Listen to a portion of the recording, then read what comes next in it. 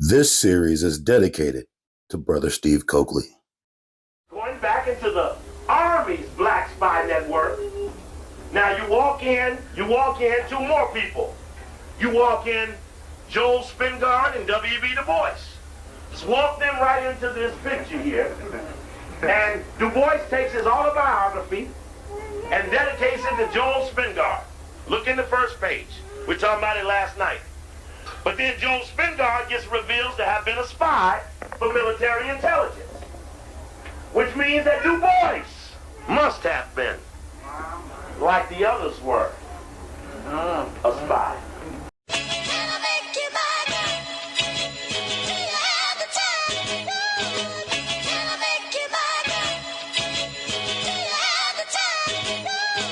The red man showed them how to adapt to this country. He showed them how to grow corn. He showed them how to hunt. And when the Indians finished showing it, he wiped them out. He wiped them out. He wiped them out.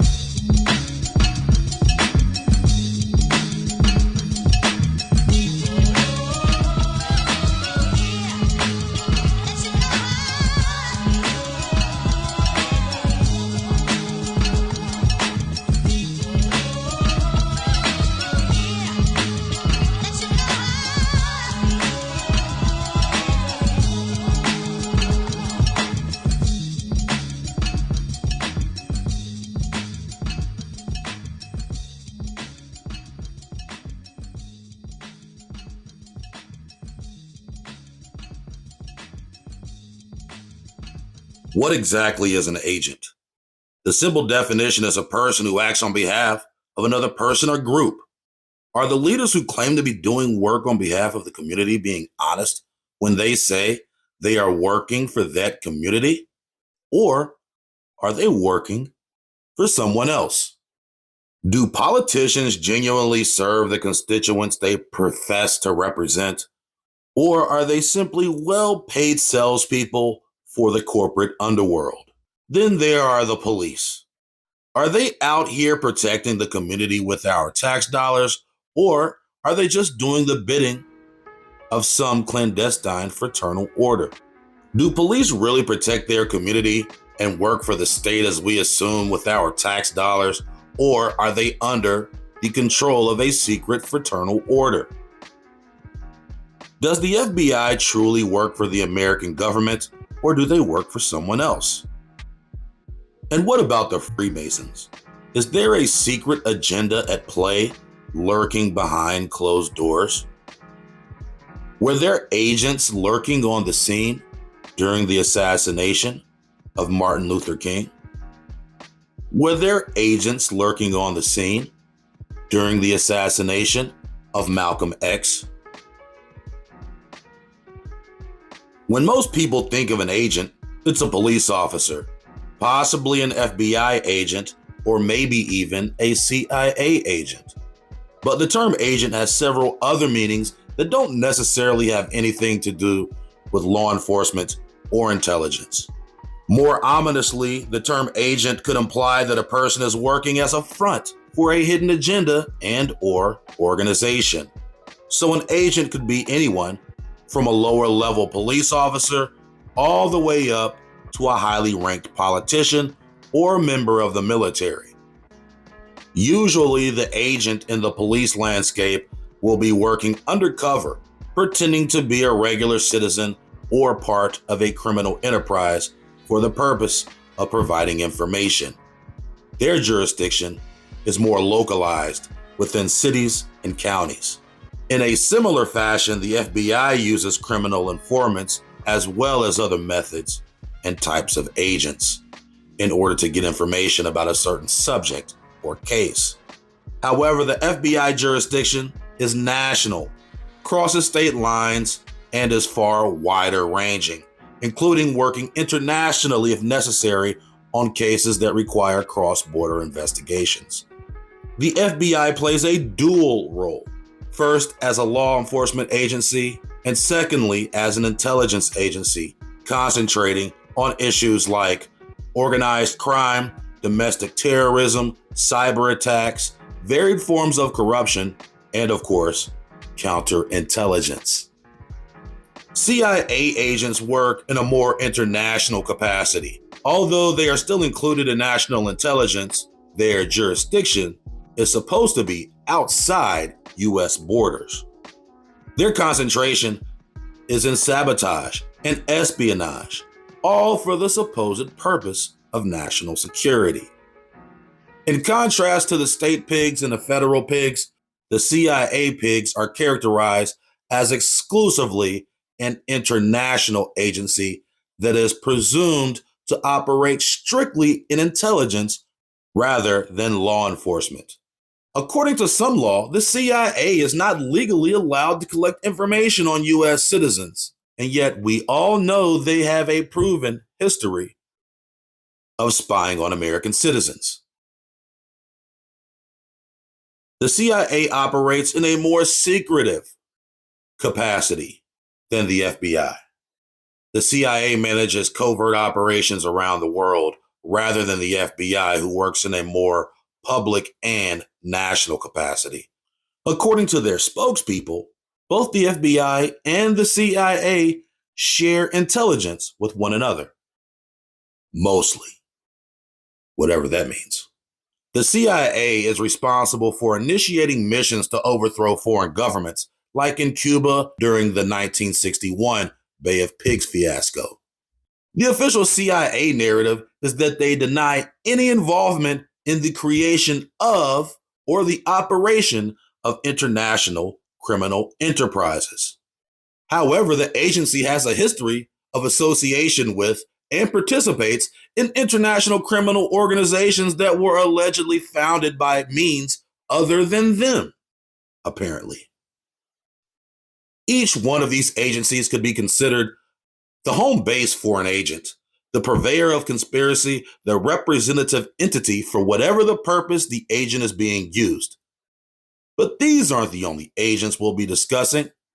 For example, another example of an agent would be someone who works for a non-governmental agency, possibly a corporation, an individual, an organization, a foreign nation, or perhaps a fraternal society like the Freemasons.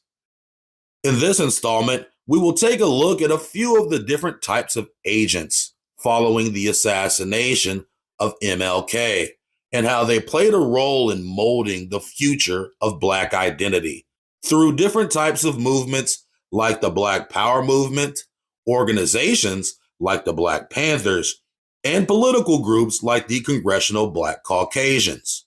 We will detail the different classes and categories of agents to find out their positions, how they were used, the possible reasons they were employed, and the ideas they were perpetuating to the public.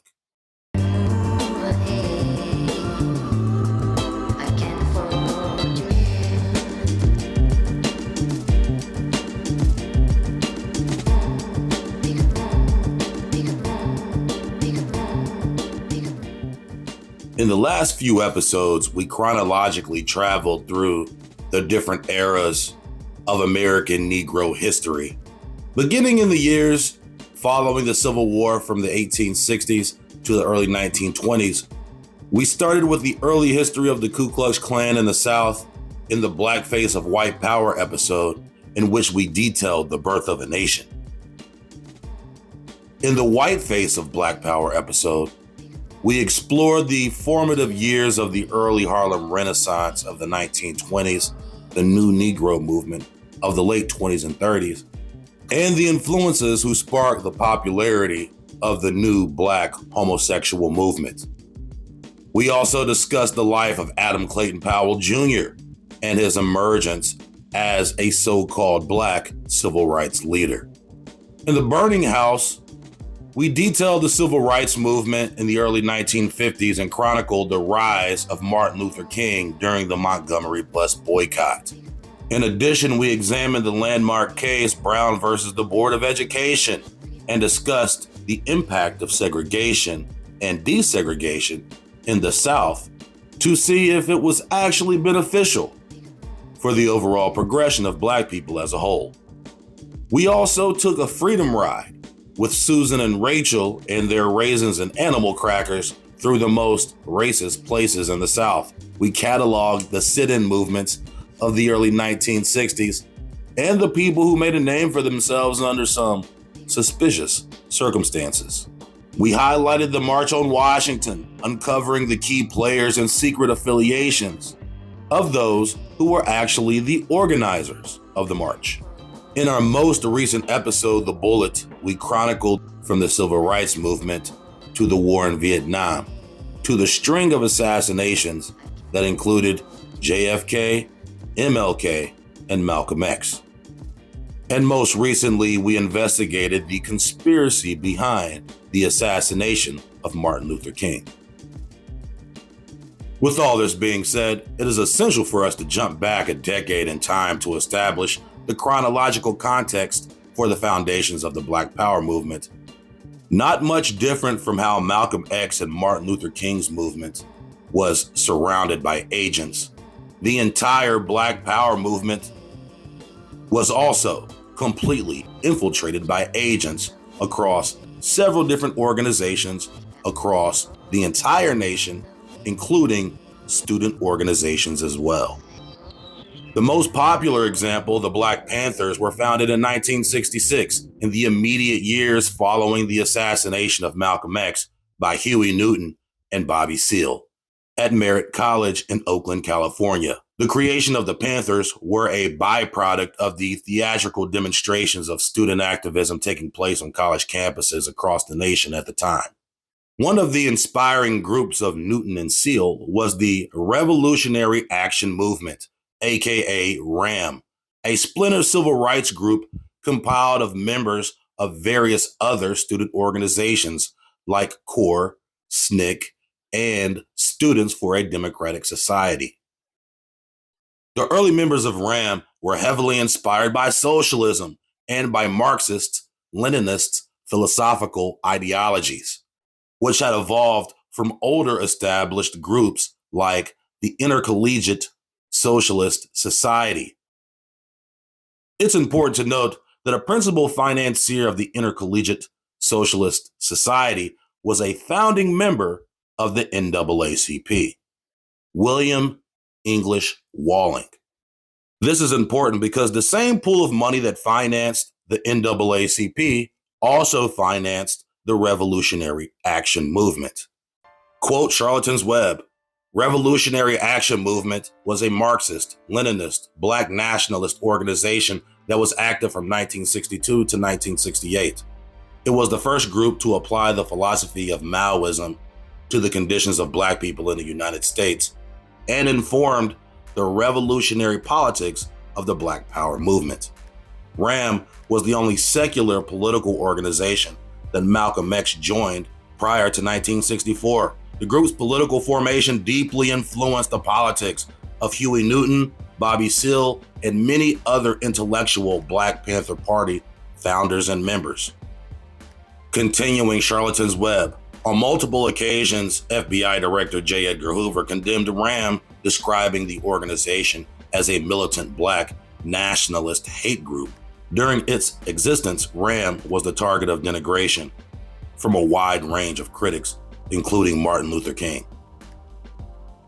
The purpose of this new counterintelligence endeavor is to expose, disrupt, miscredit, discredit, and or otherwise neutralize activities of Black nationalist hate-type organizations and groupings, their leadership, spokesperson, membership, and supporters, and to counter their propensity for violence and civil disorder. Intensified action under this program should be afforded to the activities of the Revolutionary Action Movement. Particular emphasis should be given to extremists such as Stokely Carmichael, H. Rap Brown, Elijah Muhammad, and Maxwell Stanford. J. Edgar Hoover, August 25th, 1967. As exemplified by police repression of RAM in Philadelphia in the summer of 1967, the FBI and their COINTELPRO program targeted RAM for political destruction. However, RAM was just one of many civil rights or Black nationalist groups targeted because of their politics. Tactics used to suppress RAM were also used to suppress and target Student Nonviolent Coordinating Committee, SNCC, Southern Christian Leadership Conference, SCLC, Congress of Racial Equality, CORE, the Black Panther Party, the Nation of Islam, the National Welfare Rights Organization, Dodge Revolutionary Union Movement, Republic of New Africa, Congress of African People, Black student unions at universities across the U.S., and Black churches and community organizations.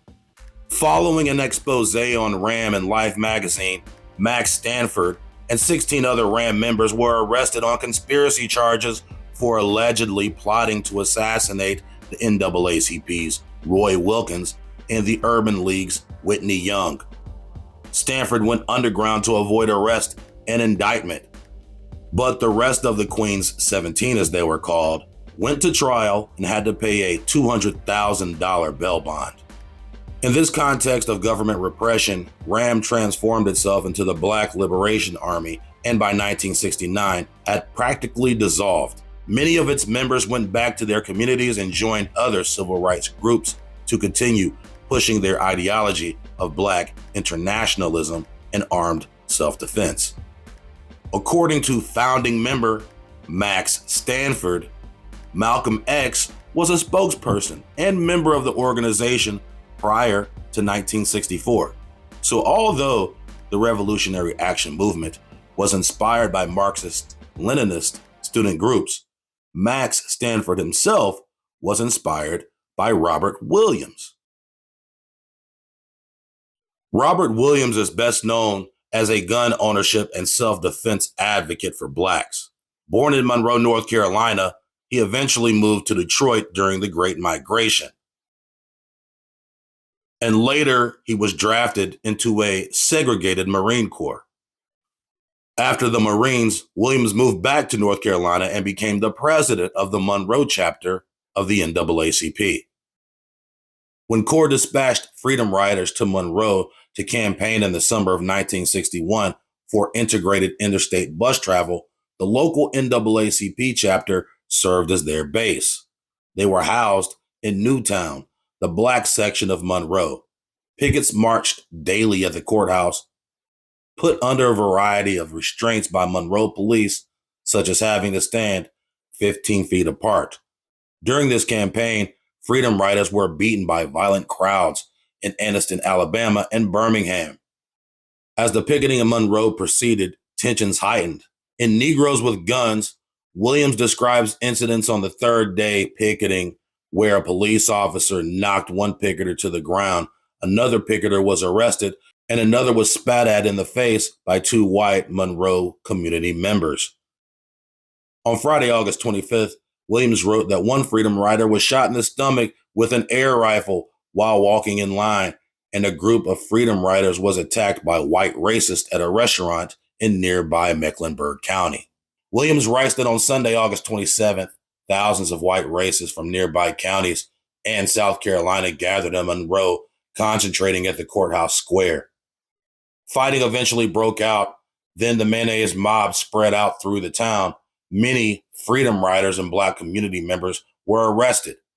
After 6 p.m. that evening, Mr. and Mrs. Bruce Stegall, a white couple, rode through Williams' neighborhood and were recognized as having driven through the day before with a banner that said, "Open season on coons." According to Williams, the Stegalls were stopped at gunpoint on his block and were brought into his yard. Williams was in his house at the time. The crowd at Williams' house became angry with the Stegalls, who asked Williams to escort them out, which he declined to do. Williams writes that the Stegalls had then followed him into his house to avoid the angry crowd. Williams began receiving word that state troopers were moving in and his street was being blocked by police. So he and his wife and children left immediately and drove to New York that evening, according to Williams' account. Mrs. Stegall claimed that Williams kidnapped them, while Williams maintained that his actions saved their lives. On August 28, 1961, the FBI issued a warrant in Charlotte, North Carolina, charging Williams with unlawful interstate flight to avoid prosecution for kidnapping. The FBI document lists Williams as a freelance writer and janitor. Williams has previously been diagnosed as a schizophrenic and has advocated and threatened violence, considered armed and extremely dangerous. Williams fled to Canada, then Cuba, and then to China. Continuing, Williams went to Cuba in 1961 by way of Canada and Mexico. He regularly broadcast addresses from Cuba to Southern blacks on Radio Free Dixie.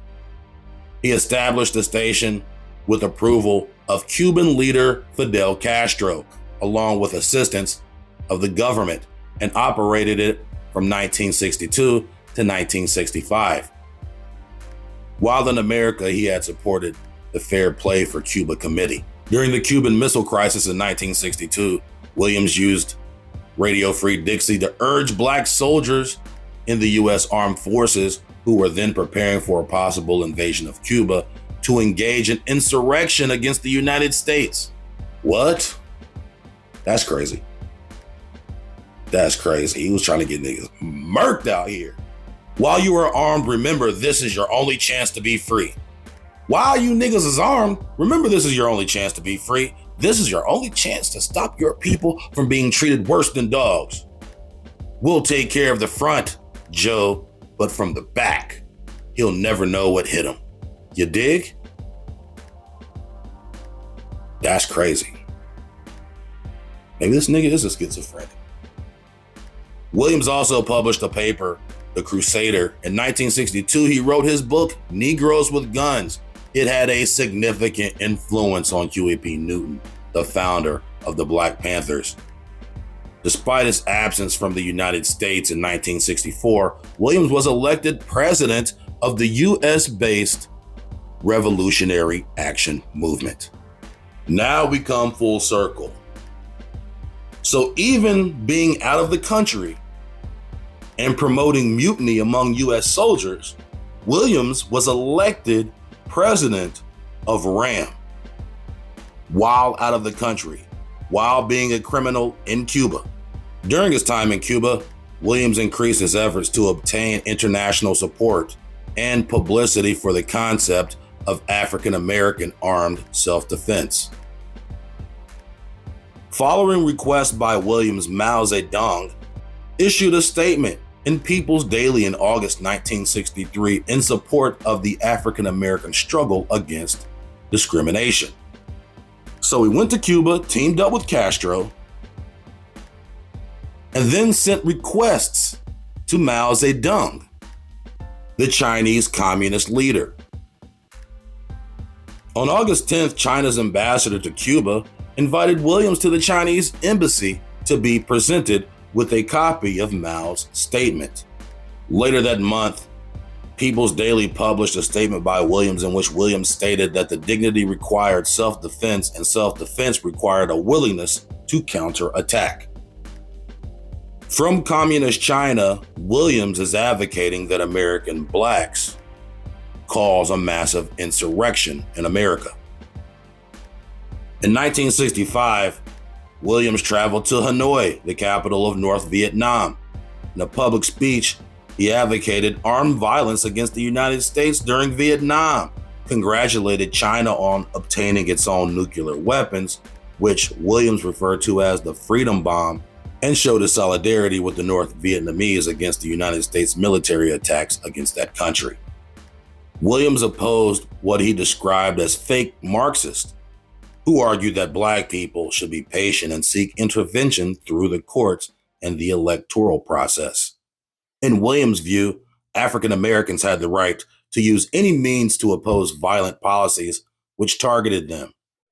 In summer of 1963, Negroes with Guns was translated and published in China. In late September 63, Robert and Mabel Williams visited China. China treated Williams as a major leader, including presenting an honor guard for his arrival. On National Day, Williams met with Mao in advance of the National Day Parade. Mao asked Williams about the development of the Black Liberation Movement and its future. Williams predicted a long and difficult fight. Mao responded that Williams could be patient because of his age, and that a revolutionary program must be planned and sustained because its goal is to change society permanently. After National Day, the Williamses toured China. Williams described China as the last hope for African Americans, contending that without China, there can be no Black struggle in America. In a speech at a demonstration against United States imperialism in 1966, Williams praised what he described as the militant friendship between the Chinese and the revolutionary American people. It seems that for all intents and purposes, Robert Williams was a communist agent. The question being, who was really behind his influence?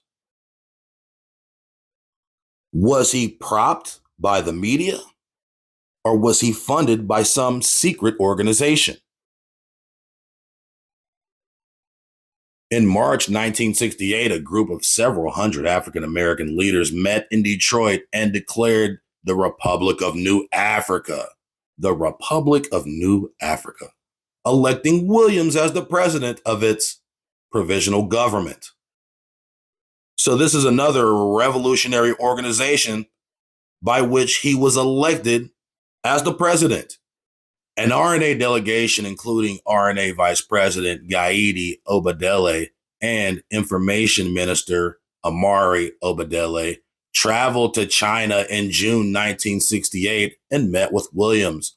Williams accepted the presidency and proposed diplomatic initiatives for the RNA. This nigga getting elected from China, son. So he gets elected as president of RAM from Cuba, then gets elected as president of the Republic of New Africa from China. By the way, Williams claims Yoruba ancestry, but that is yet to be proven.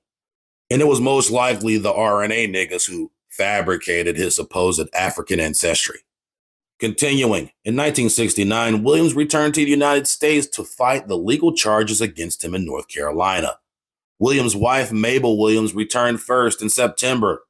Williams returned via London, England, reaching Detroit in 1969. Once again, you can tell if a person is affiliated by how they move, from Cuba to China to Vietnam, and at some point, London, back to Detroit.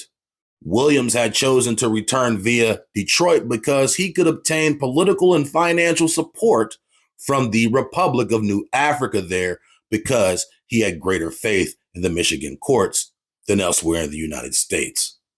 Federal agents immediately arrested him and he was released on bail.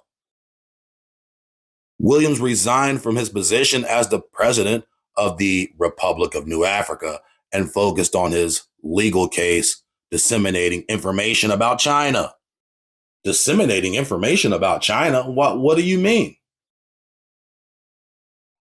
So was he an agent for the United States collecting information against China? Or was it the other way around? Did he pose as a communist to get support from Chinese people only to get intelligence on the Chinese people for the Americans? Williams was extradited from Michigan to North Carolina in December 1975. The historian Gwendolyn Mildo Hall, a communist, chaired his defense committee, and a broad range of left-wing activists arrived to support him. Noted attorney William Kunstlicker, also a communist, represented Williams in court. North Carolina prosecutors dismissed the charges against Williams on January 16, 1976, stating that its major witness was too weak to appear in court. End quote, Charlton's Web. So they did all that for nothing. He went through all that to get charges dismissed. Was he funded by communists to radicalize American blacks? Or was he given leadership within American blacks as a communist to then go and gather intelligence against the communists? Was he a single agent Was he a double agent? These are all valid questions.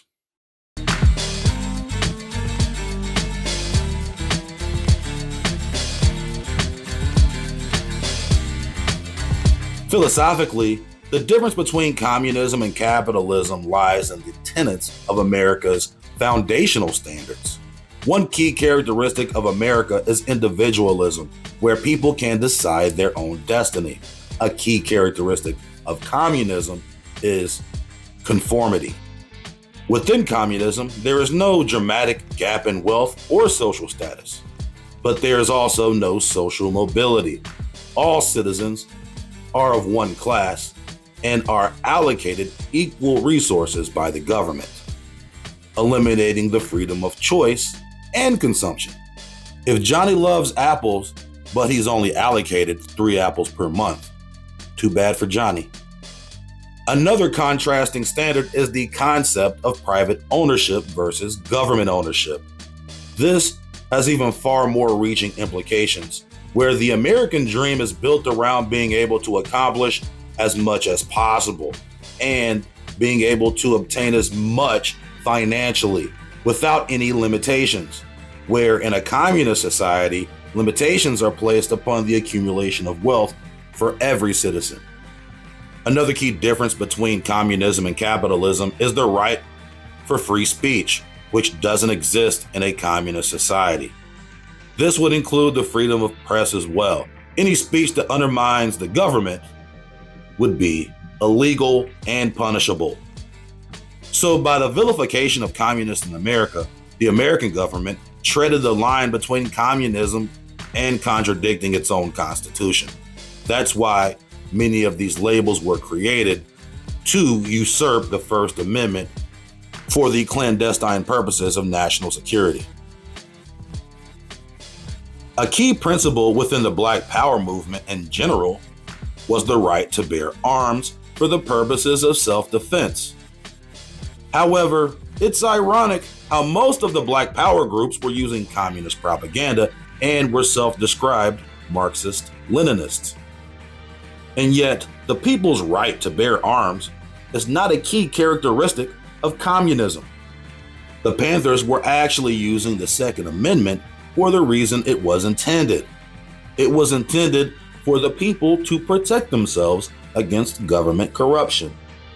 And for Negroes in America, the government was fundamentally corrupt, and capitalism was a representation of that American corruption, which had always been a tool for Negro oppression.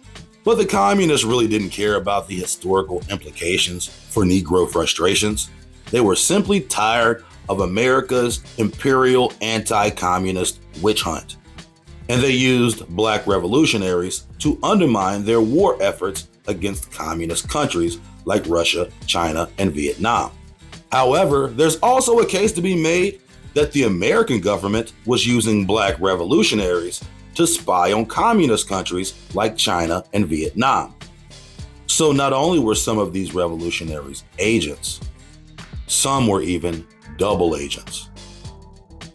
Being called a communist at this time meant a little more than being labeled a conspiracy theorist today. At that time, during the Cold War era, being labeled a communist meant you were unpatriotic, support the enemy, and thus a threat to national security. The label was weaponized by the government to persecute citizens for thought crimes. Patriotism is a veiled term built on the idea that supporting every fucked up thing America does is inherent to be considered a good patriot. It is blind loyal support, a disregard for your own ethics in lieu of a patriotic standard. To even ask a question is unpatriotic. And it is time for Negro men to stand up and be men, and that if it's necessary for us to die, we must be willing to die. If it's necessary for us to kill, we must be willing to kill.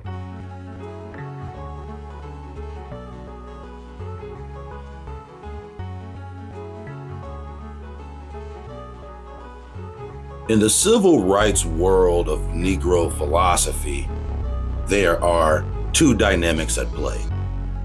A Hegelian dialectic, if you will. you have two factions of Negroes. On one end of the spectrum, you have the Black militant nationalist, and on the other end, you have the conformist, political, Boule type Negro. The Congressional Black Caucasians would be on the Boule end of the spectrum. Each of its founding members were elected to membership in Congress in the Democratic Party. After the redrawing of district lines in the late 60s, several additional blacks were voted into Congress representing new districts.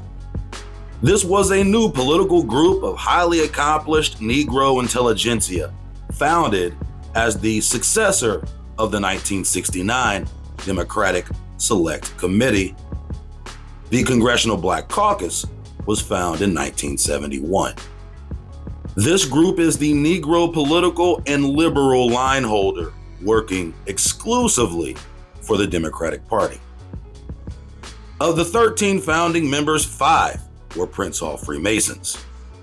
And those political porch monkeys who are not Freemasons were at the very least top-tier Boule class Negroes.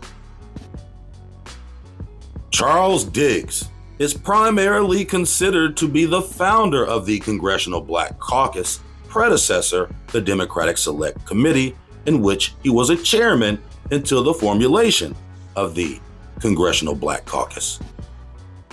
At the end of his career, Diggs was convicted of mail fraud and sentenced to 3 years in prison.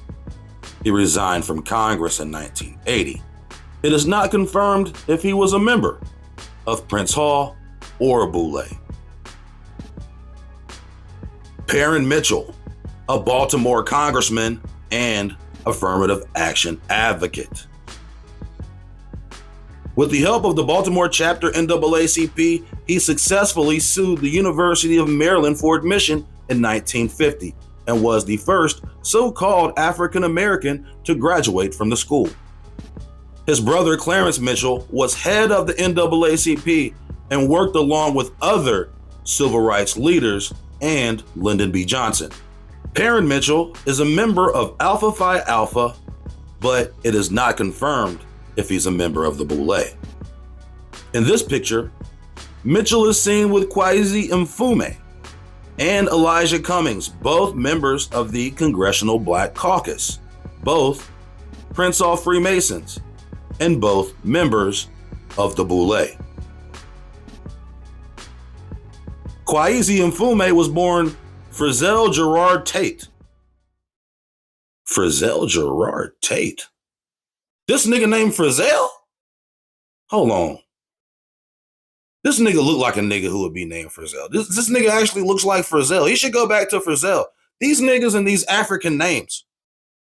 I blame Karenga for this shit. My name is Kwesi Mfume. Nigga, your name is Frizzell, nigga. So you mean to tell me that Mfume ain't your real name? So you about to tell me Mtume don't exist either? What about Mtume? Them niggas better not be made up. Man, let me find out. I thought this nigga was African. This nigga is from Baltimore. Frizzell Tate, nigga. We used to call this nigga Frizzle. Because his hair was nappy as hell. We used to call this nigga Frizzle. Nigga talking about Mfume.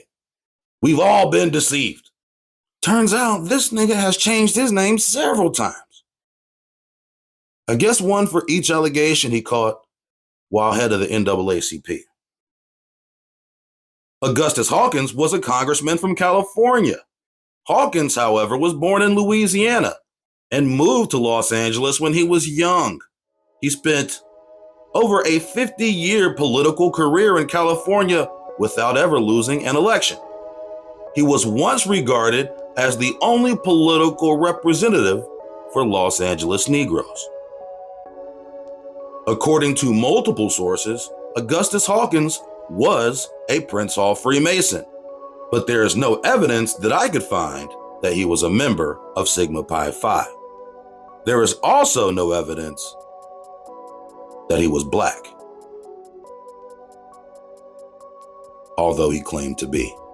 Louis Stokes, a Cleveland native, was an original member of the Democratic Select Committee, the predecessor of the CBC, Congressional Black Caucus. He served in the Army in 1943. Afterwards, with the aid of the GI Bill, he attended college and earned a law degree from Cleveland State University. His brother Carl was elected mayor of Cleveland in 1967, making him one of the first Black elected mayors of a large U.S. city. Now that's Blacknificence, my brother. Louis Stokes, during the Cold War era, was on the House Intelligence Committee.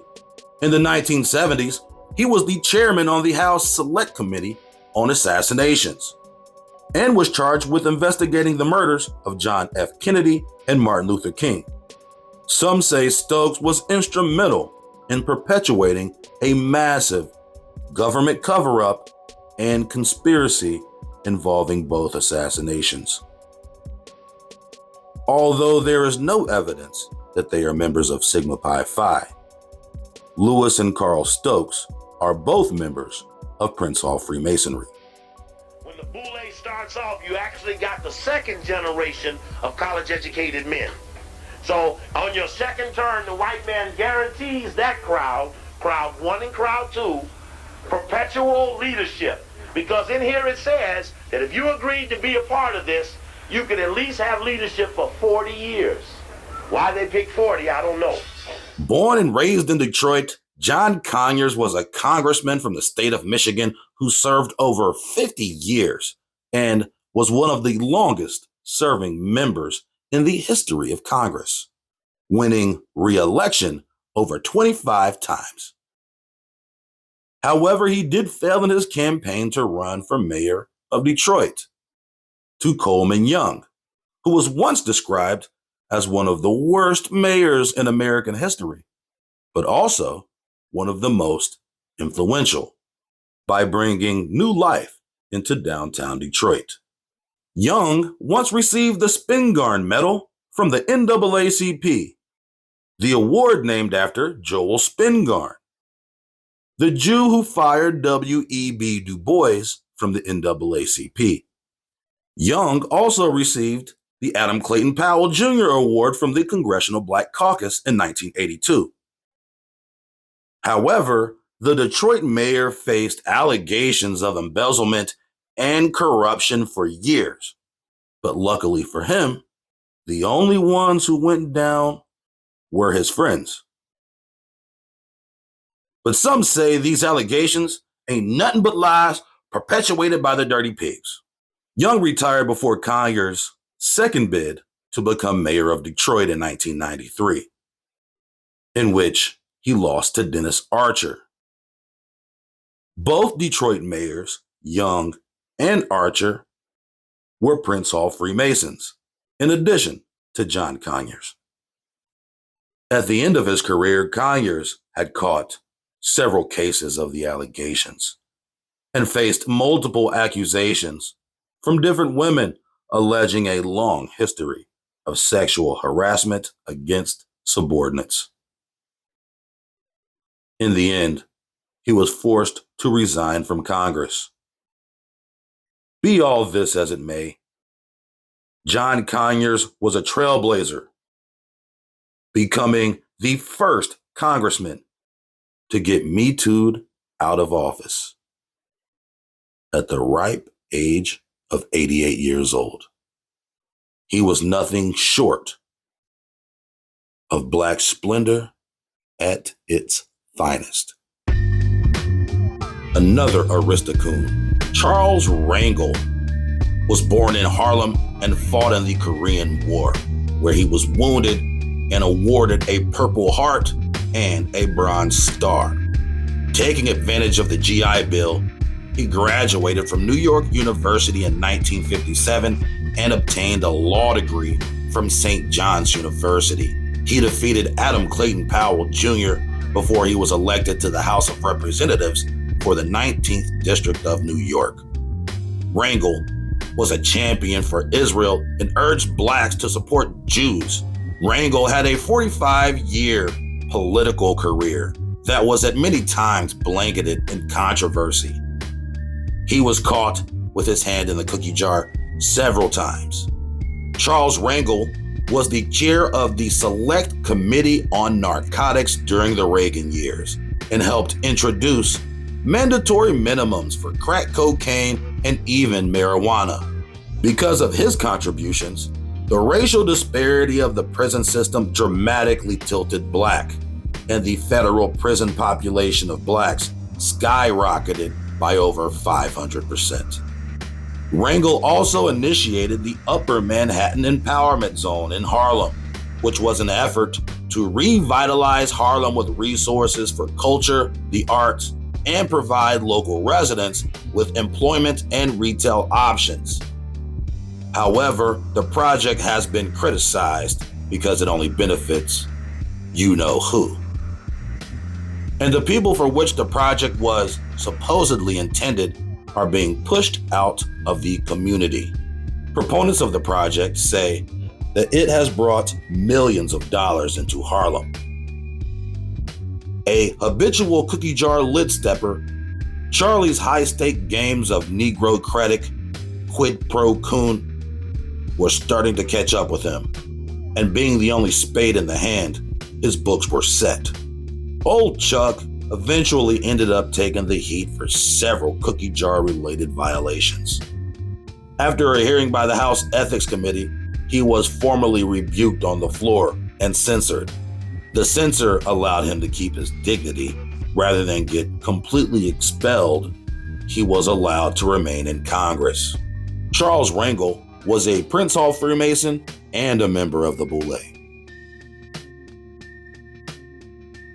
Bill Clay, congressman from St. Louis, is considered another co-founder of the Congressional Black Caucus.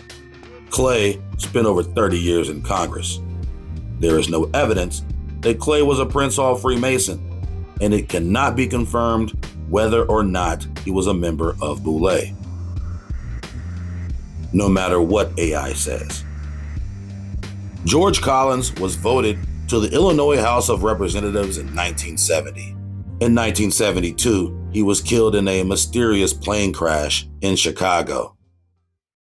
The plane crash of United Airlines Flight 553 has been shrouded in conspiracy. The crash killed 40 of the 55 passengers aboard and 2 people on the ground. Not only was Congressman Collins killed, a CBS News correspondent, Michelle Clark, was also killed.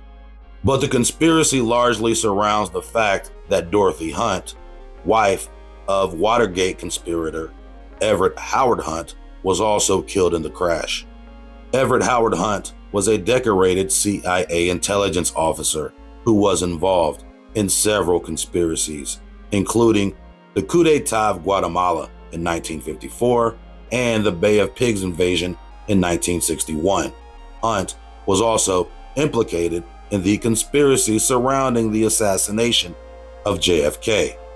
His wife Dorothy, who was killed in the plane crash, along with Collins, was also a CIA employee. According to the story, $10,000 in cash was found in Dorothy Hunt's handbag in the plane wreckage. Most conspiracies point to the CIA as responsible for this event. Sources assert that Nixon had hired a hitman who was also killed in the crash. Since the Congressional Black Caucus was considered the political enemy of Nixon, it would be accurate to say he killed 2 birds with 1 stone, or maybe even 3.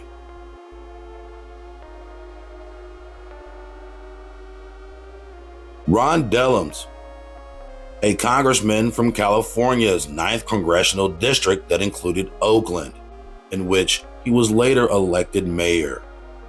Dellums was a champion for South Africa and the anti-apartheid movement.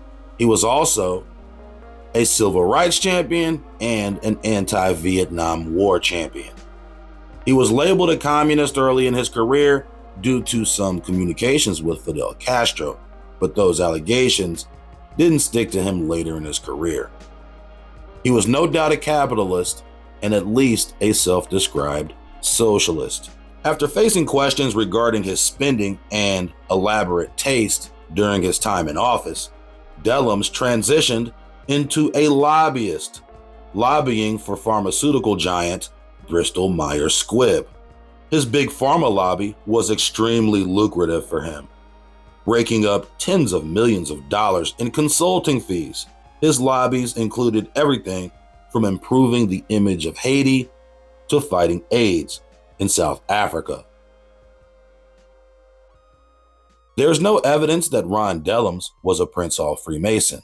However, he is a member of Alpha Phi Alpha. Ralph Metcalfe was a former athlete and Olympic sprinter who participated in the 1936 Olympics with Jesse Owens, and once regarded as the world's fastest man. After the Olympics, Metcalfe earned a master's degree from the University of Southern California and later served in World War II. After the war, he moved to Chicago and got involved in politics. He was elected to a vacated seat in Illinois' 1st Congressional District that included the South Side of Chicago. There is no evidence that Ralph Metcalfe was a member of the Boule, but he was a Prince Hall Freemason. Robert Nix, born in Orangeburg, South Carolina, graduated from Lincoln University and then earned his law degree from the University of Pennsylvania, an Ivy League school. He was elected to the Pennsylvania House of Representatives in 1958 and served over 20 years in Pennsylvania's 4th District from 1958 to 1963 and Pennsylvania's 2nd District from 1963 to 1979. He was one of the first congressmen to knowingly meet with Jewish gay activist Frank Kameny in 1962. Prior to their meeting in 1956, Kameny had been arrested after trolling for cock in San Francisco at a bathroom described as a hotspot for gypsy dust activities. He was discovered by the police performing the dookie-doo with another man in the bathroom and arrested for lewd and indecent acts, for which he pled guilty and paid a fine. Kameny is considered one of the key figures of the gay rights movement. Despite this meeting, there is no extensive record of Nix promoting gay rights on a larger scale. Walter Fauntleroy was on the other end of the rainbow spectrum. He was a career opponent of gay rights, most particularly gay marriage. Fauntleroy grew up in Northwest Washington, D.C., graduated with honors from Virginia Union and HBCU, and pledged Kappa Alpha Psi. He then earned a Bachelor of Divinity from Yale. He would later play a significant role in the SCLC, already having become friends with MLK from his earlier Virginia Union days. He was one of the organizers of the 1963 March on Washington, and in his later days became a lobbyist, mostly lobbying on behalf of South Africa. For a few years in 2012, Fauntleroy was on the run from the law, hiding in the United Arab Emirates after writing a fraudulent check.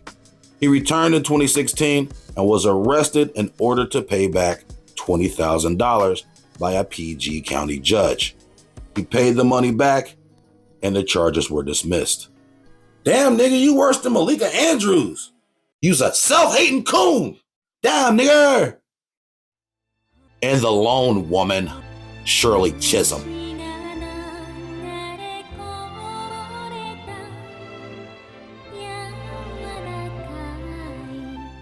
Chisholm was born in Brooklyn to Barbadian and Guyanese immigrants. She spent a few years living in Barbados with her grandmother as a child, but after moving back to Brooklyn, she attended girls' high school and graduated with honors, then attended Brooklyn College. At Brooklyn College, she became member of Delta Sigma Theta Sorority Incorporated. Scooby, Scooby Dooby. What's the sound they make? I'm a prodigious bitch. After the district lines were drawn to focus on Bed-Stuy in 1968, Chisholm became the first African-American woman to be elected to Congress. However, when given a position on the House Agriculture Committee, Chisholm wasn't pleased because she felt that the position on the Agricultural Committee was irrelevant to her Brooklyn constituents. But after confiding in Rabbi Menachem Schneerson, he convinced her to use her position on the committee to create Women, Infants, and Children, a food stamp program under the idea that poor babies would now have food. In 1971, she supported the Comprehensive Child Development Bill, but the bill was criticized for promoting massive welfare spending and undermining the institution of family. Chisholm, a self-avowed feminist, held positions on the National Political Women's Caucus. She worked closely with Jewish CIA propagandist Gloria Steinem, Jewish feminist Bella Savitsky, and Jewish feminist Betty Friedan. In 1972, Shirley ran for president. Although she never really stood a chance, she did receive over 400,000 popular votes in the primaries. Chisholm is lauded with being the first Black candidate to seek a major party nomination. Shirley Chisholm was also a champion for abortion and asserted that abortion was a right for all women. Chisholm also said this: to label a family and legal abortion programs as genocide is male rhetoric for male ears. Over 20 million Black babies have been aborted since 1975.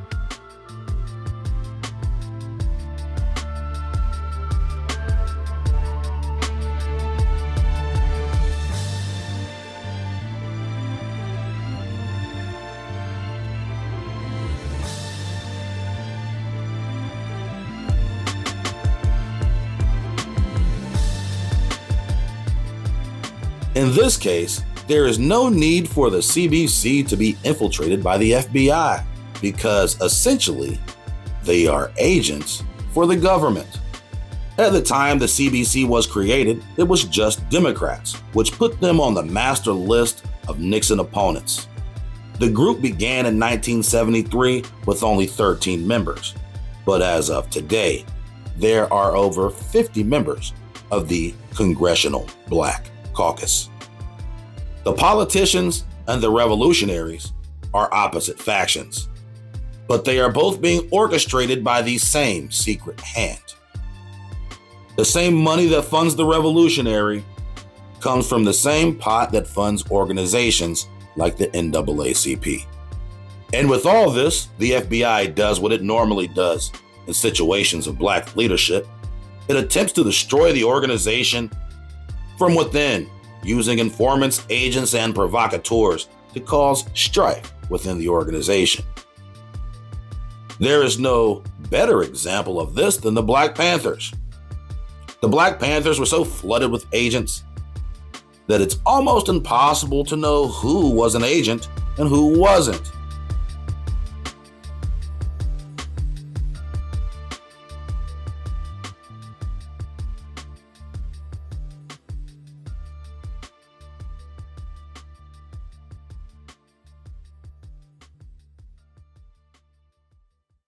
One noticeable characteristic of the Black Power movement that cannot be ignored is the past criminal history of nearly all of its leaders. It's almost like a criminal rap sheet was a prerequisite in order to become a revolutionary. Another peculiar feature about the Black Power leaders was their sudden rise to fame, status, and popularity. Sometimes within a year of being released from prison, in several cases, being released early for various crimes. Did the FBI use prison inmates to recruit street agents for their COINTELPRO operations? Were some of these leaders in reality counterintelligence agents? Well, we know that's a rhetorical question. How many of these leaders were recruited in prison, financed by certain hidden puppeteers, and then used their new money to elevate their street status in order to establish themselves as community leaders. Hey, let's go revitalize the community. Good thing I got all this money that nobody knows where it came from.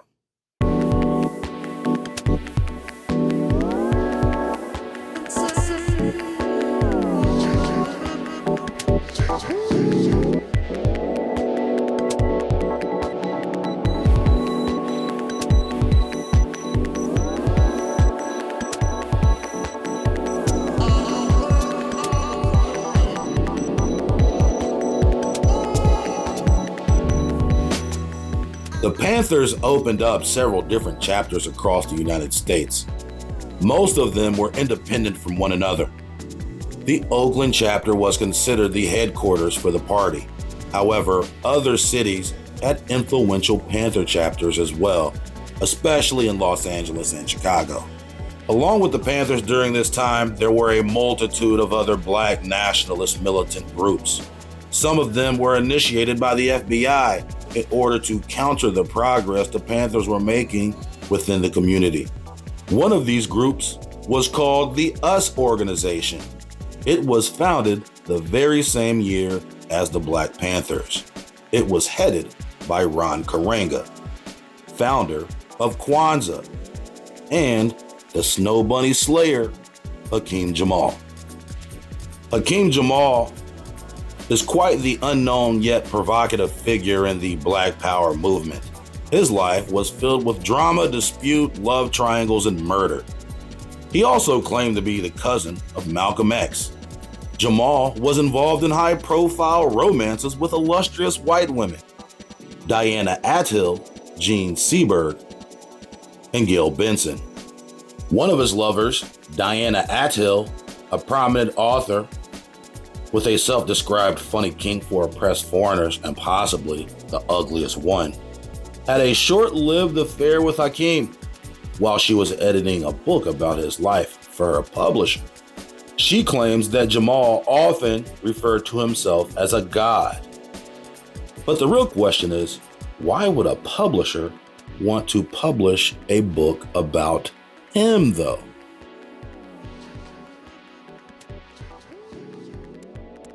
Jean Seberg was another snow bunny involved in a romantic relationship with Hakeem Jamal.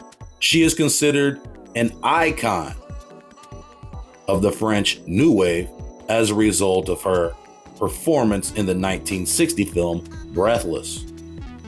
They actually made a movie about her life with Anthony Mackie playing Hakeem Jamal. Quote Charlatans Web, as part of its extended campaign to smear and discredit Black liberation and anti-war groups, which began in 1968, the FBI became aware of several gifts Seberg had made to the Black Panther Party, totaling an estimated $10,500 in contributions. These were noted amongst a list of other celebrities in FBI internal documents later declassified and released to the public under FOIA requests. The FBI operation against Seberg, directly overseen by Hoover, used COINTELPRO techniques to harass, intimidate, defame, and discredit her. The FBI's stated goal was an unspecified neutralization of Seberg with a subsidiary objective to cause her embarrassment and serve to cheapen her image with the public, while taking the usual precautions to avoid identification of the Bureau. The FBI's strategy and modalities can be found in its inter-office memos. So they play the same game with the white girl. It's amazing, though, all of the surveillance is so well documented. Like, we don't have to dig for this. They just put it up here.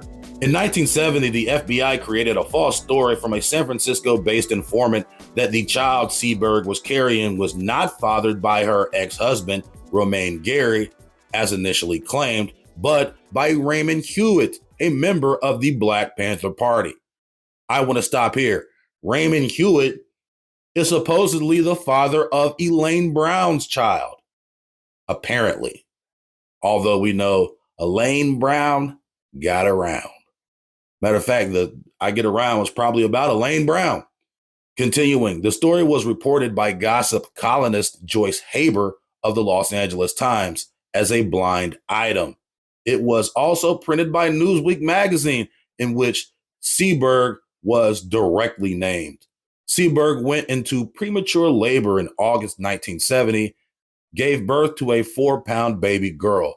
The child died 2 days later. Seberg held a funeral in her hometown with an open casket that allowed reporters to see the infant's white skin to disprove the rumors, though she later acknowledged that a Mexican student revolutionary, Carlos Navarra, was the actual father. Holy crap. She initially claimed that it was her husband's baby. The Los Angeles Times said it was Raymond Hewitt, a Black Panther member, and yet it was a Mexican student revolutionary, Carlos Navarra. So somebody else is getting around too. Seberg and Gary later sued Newsweek for libel and defamation, asking for $200,000 in damages. She contended that she had become so upset after reading the story that she went into premature labor, which resulted in the death of her daughter. A Paris court ordered Newsweek to pay the couple $10,800 in damages, and it ordered Newsweek to print the judgment in its publication and 8 other newspapers. Also to note that the Black Panther who was supposedly fathering her child was not Hakeem Jamal, although they were rumored to have a sexual relationship. And an entire movie is based off their sexual relationship. Now, hold on, Raymond, the Mexican, and your ex-husband? Like, dang, I know I get around. I know you get around. I know Elaine getting around. Dang, everybody getting around. I guess, you know what they say about the 60s? Live free, my nigga. This was before, I guess it was before a lot of the diseases, maybe. I don't know. The Seberg investigation went far beyond the publication of defamatory articles. According to friends interviewed after her death, she experienced years of aggressive in-person surveillance, amounting to constant stalking, as well as burglaries and other means of intimidation. FBI files show that she was wiretapped, and in 1980, the Los Angeles Times published logs of her Swiss wiretapped phone calls. U.S. surveillance deployed while she was residing in France and while traveling in Switzerland and Italy.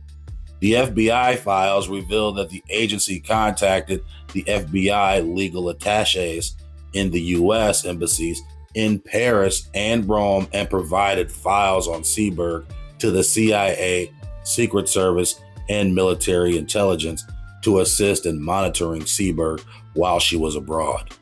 They probably were trying to get videos of her having sex with men. They were probably trying to listen into all of her phone conversations, and they probably felt some type of way when it came out that she was fucking a Black Panther, especially if she's a lily white superstar that probably these men in high positions lusted after. Something to consider. Continuing Charlatan's Web. Seberg went missing. Hosni, the man she was living with at the time, told the police that he had known that she was suicidal for some time. He also claimed that after they went to see Woman Light, he awoke and she was gone the next morning. He claimed that she had attempted suicide in July 1979 by jumping in front of a Paris subway train. On September 8th, 9 days after her disappearance, Seberg's decomposing body was found wrapped in a blanket in the back seat of her Renault. Police found a bottle of barbiturates, an empty mineral water bottle, and a note written in French by Seberg addressed to her son. It read in part, "Forgive me, I can no longer live with my nerves." In 1979, her death was ruled a probable suicide by Paris police. But the following year, additional charges were filed against persons unknown for non-assistance of a person in danger. After her death, continuing, Gary claimed that Seberg had become psychotic after the media had reported the false story planted by the FBI that she was pregnant with a Black Panthers child in 1970. Seberg had said in an interview that the story was such a shock to her that she went into early labor, leading to the stillbirth of her child. Gary stated that Seberg had repeatedly attempted suicide on the anniversary of the child's death. End quote, Charlatan's Web. Jean Seberg, one of Hakeem Jamal's many white lovers.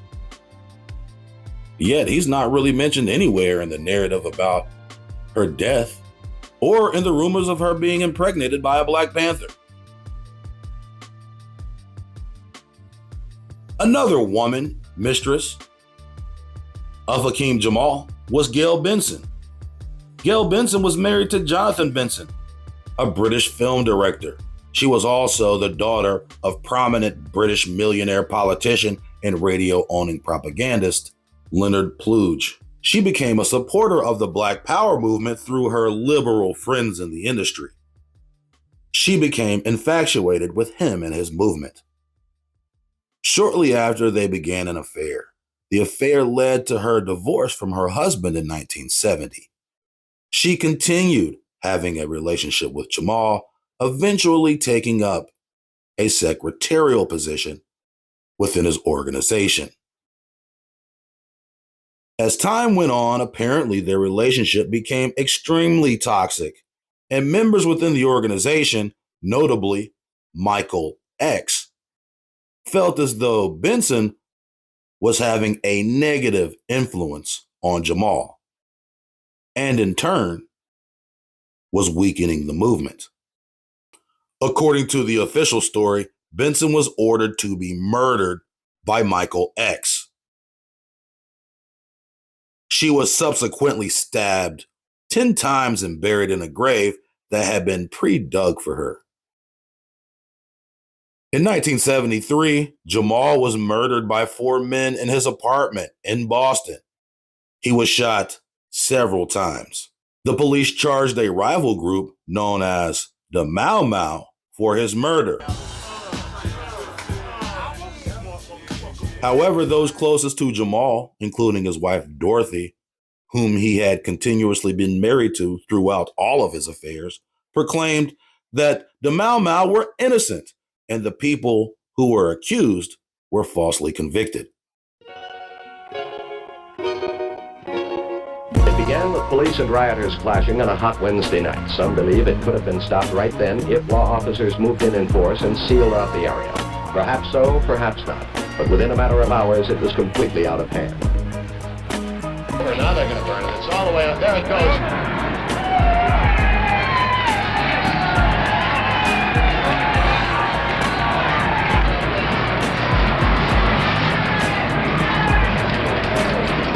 Charlatan's Web quote, "The Watts riots broke out when Karanga was a year into his doctoral studies.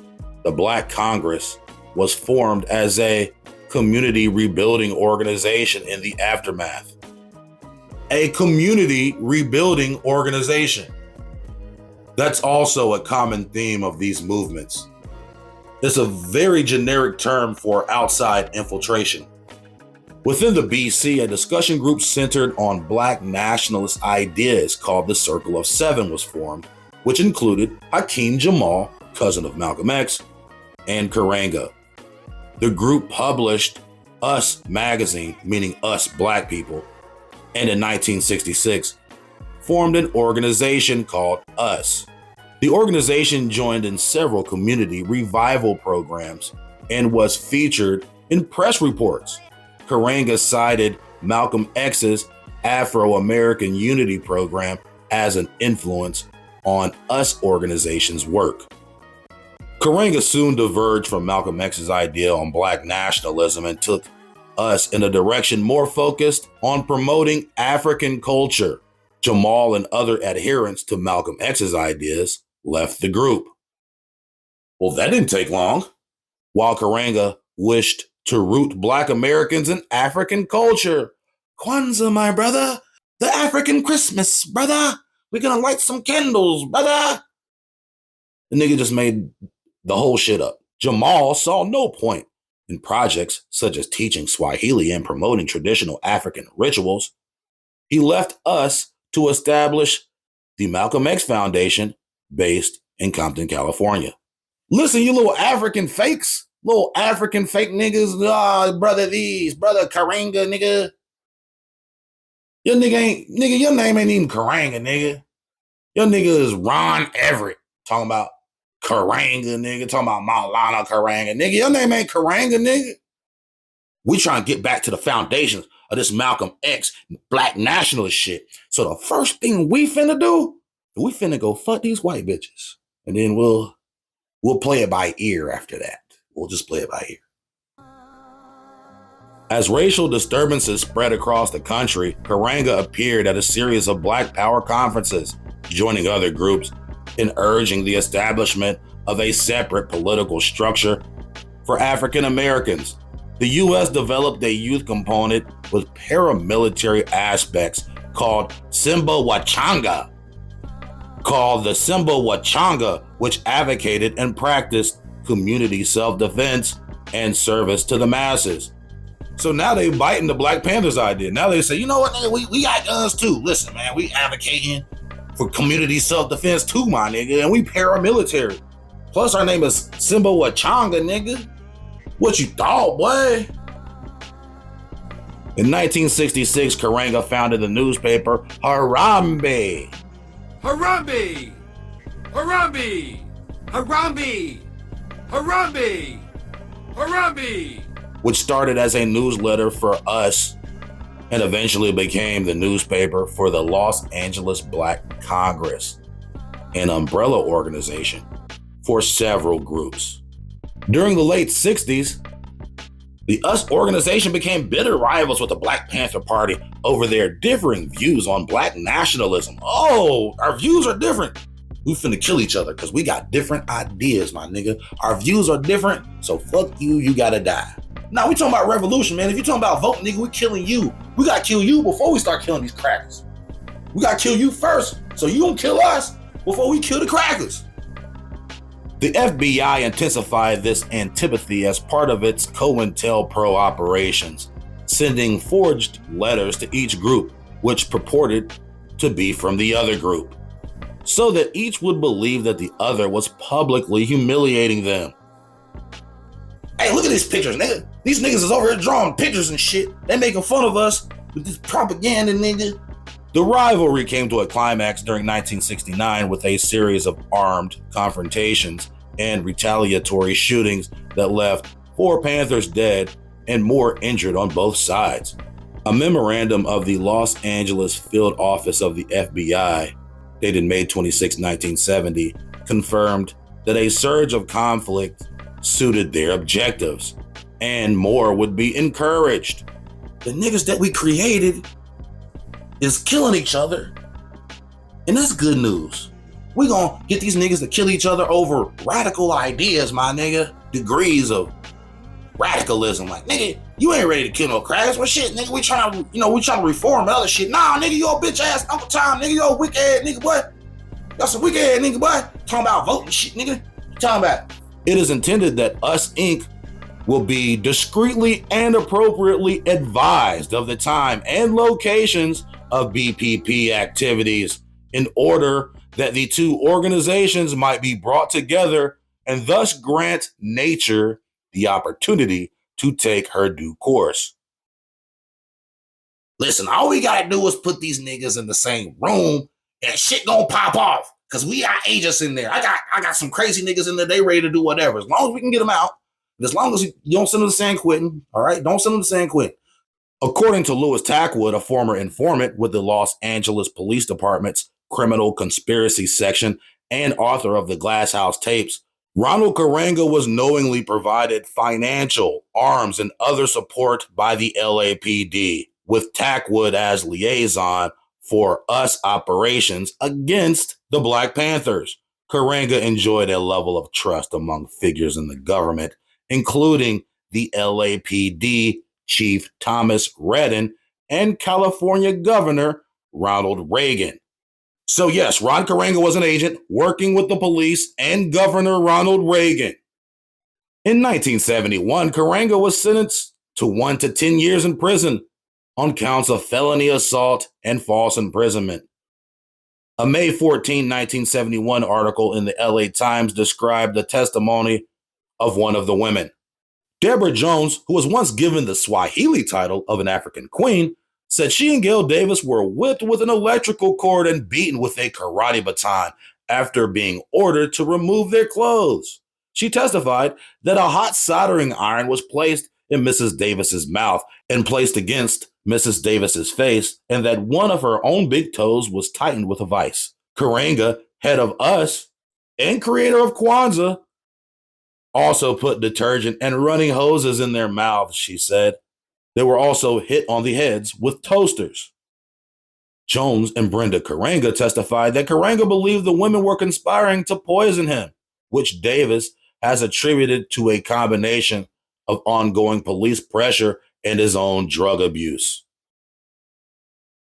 Karanga denied any involvement in the torture and argued that the prosecution was political in nature. He was imprisoned at the California Men's Colony, where he studied and wrote on feminism, Pan-Africanism, and other subjects. Oh, from prison. Maybe he'll get published from prison. The US organization fell into disarray during his absence and was disbanded in 1974 after he petitioned several Black state officials to support his parole on fair sentencing grounds. It was granted in 1975. Karanga has denied to discuss the convictions with reporters and does not mention them in biographical materials. During a 2007 appearance at Wabash College, he again denied the charges and described himself as a former political prisoner. Molefi Kete Asante listed Maulana Karanga on his list of 100 greatest African Americans. As of 2023, Karanga chairs the Africana Studies Department at Cal State University, Long Beach. End quote, Charlatan's Web.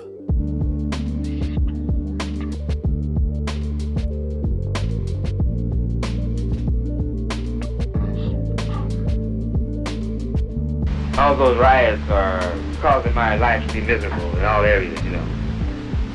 And they really haven't focused in on the fact that it's the pigs and their mentors, the people who control the pigs, the power structure, those bald-headed businessmen at the Chamber of Commerce. See?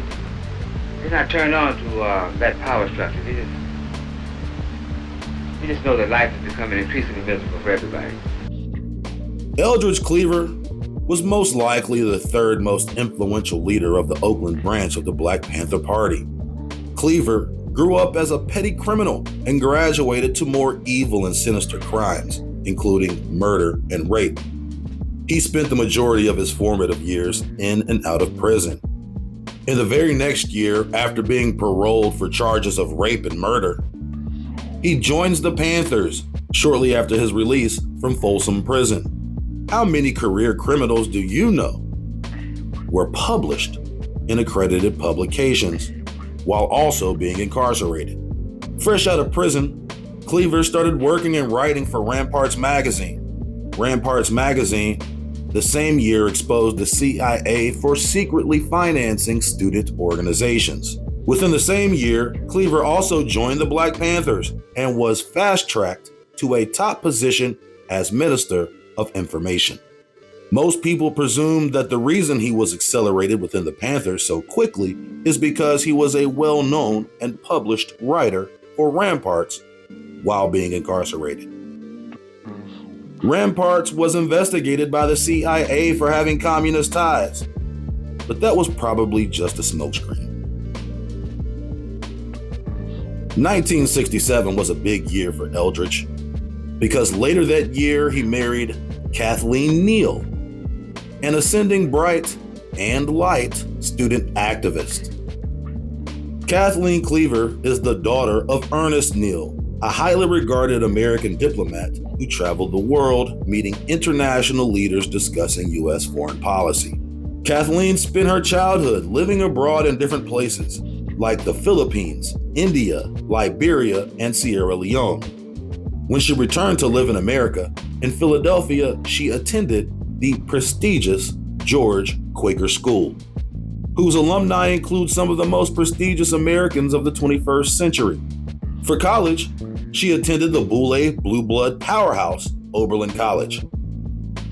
As a young woman, she just happened to be a friend of Sammy Young, a student activist who was killed for using the whites-only bathroom in Macon County, Alabama. Kathleen Cleaver is currently an accomplished legal giant, holding positions at prestigious law schools, the Yale University of Law and at Emory University. How many convicted rapist murderers marry the daughters of diplomats? The Cleavers were married in December '67. Earlier in the same year, Newton was arrested and charged with murder for the altercation that resulted in the death of Officer John Frey. While Newton was awaiting trial, Cleaver's role grew within the organization. 4 months after they were married, and 2 days after the death of Martin Luther King, Cleaver led the Black Panthers in a deliberate ambush against the pigs, provoking the shootout that killed Bobby Hutton. Huey would later call the event a suicide mission. After the shootout with the pigs, Cleaver posted bail and fled to Cuba. While in Cuba, he was at first positively received, but rumors arose that Fidel Castro was suspicious that Cleaver was working for the CIA. After not feeling the love in Cuba, Cleaver called his secret socialist Jewish connect Alain Moktefi, and he was properly set up in Algeria. That's a hell of a connect for a petty career criminal. Cleaver, at some secret point, had developed and maintained relationships with communist leaders. He traveled to North Korea while being in exile from America. He also traveled to China in 1970 along with other Black Panther leaders. In Algeria, when he returned, he discovered that his wife Kathleen was having an affair with Clinton Smith Jr., another Black Panther. According to a former member of the Panthers, Byron Booth, Cleaver shot Smith several times with an AK-47 in Algeria. Alain Moktefi also corroborates the murder, saying Cleaver confessed to her shortly after. From Algeria, Cleaver began talking that hardcore Black liberation, kill the cracker, crash out guerrilla type shit, preaching radical violence against whites in America. Now that was some real tough talk coming from a nigga in Algeria. In a national interview with Huey Newton, Cleaver called in and started talking greasy to Huey in front of the TV audience.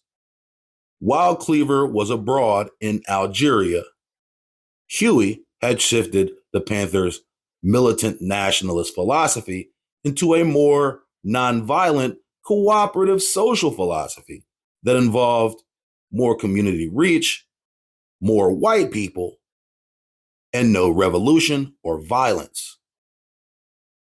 Cleaver used this opportunity to embarrass Huey and sabotage the party's image on a large scale. So we decided to go ahead and put the two of them together.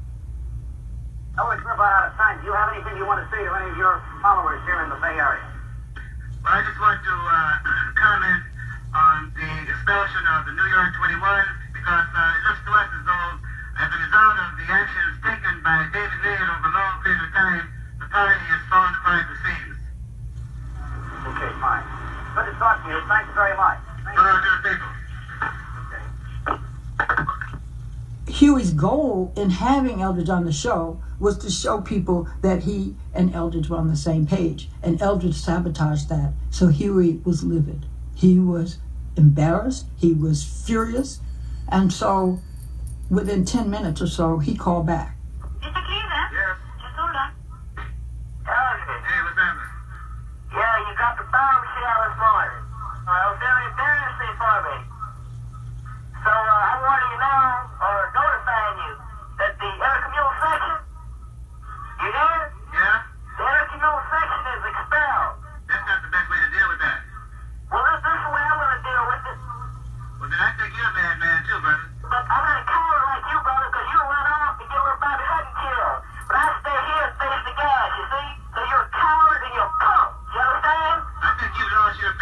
reason, brother. Hey, brother, you heard what I call you. That's what I feel about you now. You're a punk. If a nigga calls you a punk in 1970, nigga, it was up. Cleaver and Newton fell out over this political difference. Cleaver rebuked Newton and called him an Uncle Tom for siding with white people rather than overthrow them. Cleaver was officially booted from the Panthers. Years later, Cleaver returned to America in 1975, still facing the attempted murder charge for the botched ambush for which he escaped. Cleaver ends up taking a plea deal for the attempted murder charge and was released with only community service. Let me read that again. Cleaver took a plea deal for the attempted murder and was released with only community service. So to recount, he fled the country on an attempted murder charge of an officer and was only sentenced to perform community service. In his later years, Cleaver transitioned from Black militant revolutionary into a conservative GOP Republican. And this nigga became a Mormon.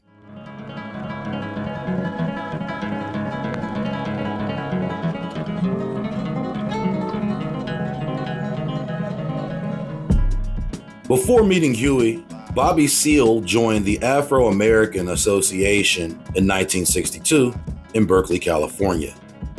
According to the narrative, it was through this group in which Seale met Huey Newton. In 1967, he and Newton acquired copies of quotations from Chairman Mao Zedong, a book of Chinese communist propaganda, and began selling the book around Berkeley.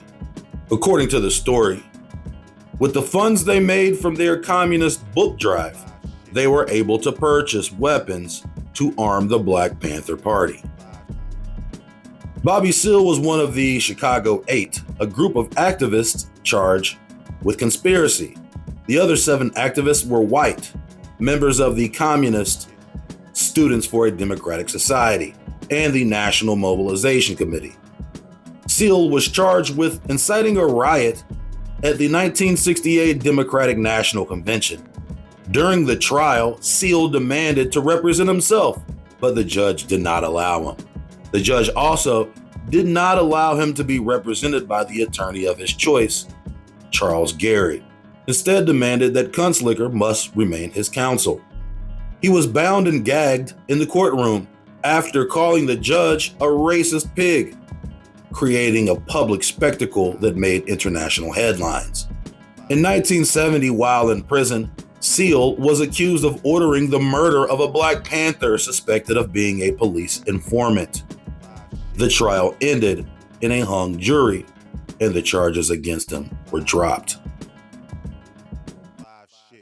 In 1973, Seale attempted to run for mayor of Oakland. He came in second place out of 9 candidates.